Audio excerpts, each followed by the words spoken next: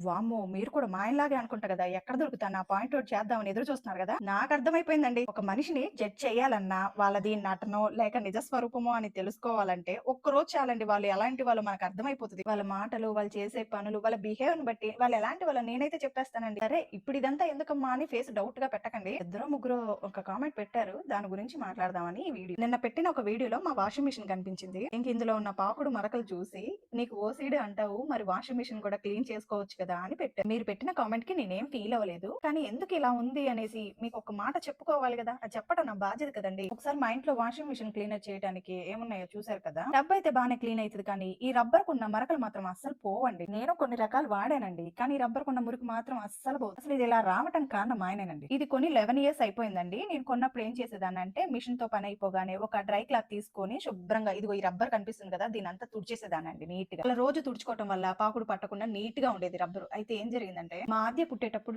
నేను అమ్మ వాళ్ళ ఇంటికెళ్ళాను. అయితే ఒక 1 ఇయర్ దాకా మళ్ళీ ఈ మిషన్ మా ఆయన చేతుల్లోనే ఉంది. అప్పటికి ఫోన్‌లో చెప్పేదాన్ని. నీకు మిషన్‌తో పని అయిపోగానే ఒక పొడి క్లాత్ తీసేసుకొని శుభ్రంగా తుడిచిపెట్టని. ఆ! అనేవాళ్ళే గాని తుడిచింది లేదు. తర్వాత నేను రాగానే మొత్తం పాకుడు పట్టి గ్రీన్‌గా ఉంది. ఎంత ట్రై చేసినా ఈ పాకుడనేది పోలేదు. మళ్ళీ మనము ఈ కంపెనీ వాళ్ళకి గూడా కాల్ చేసి అడిగితే రబ్బర్ ఏమైనా మారుస్తారా అంటే అలా మార్చడం కుదరదన్నారు. మరి ఏమోనండి నాకు గుర్తులేదు. కాస్ట్ ఉంటదనుకుంటా.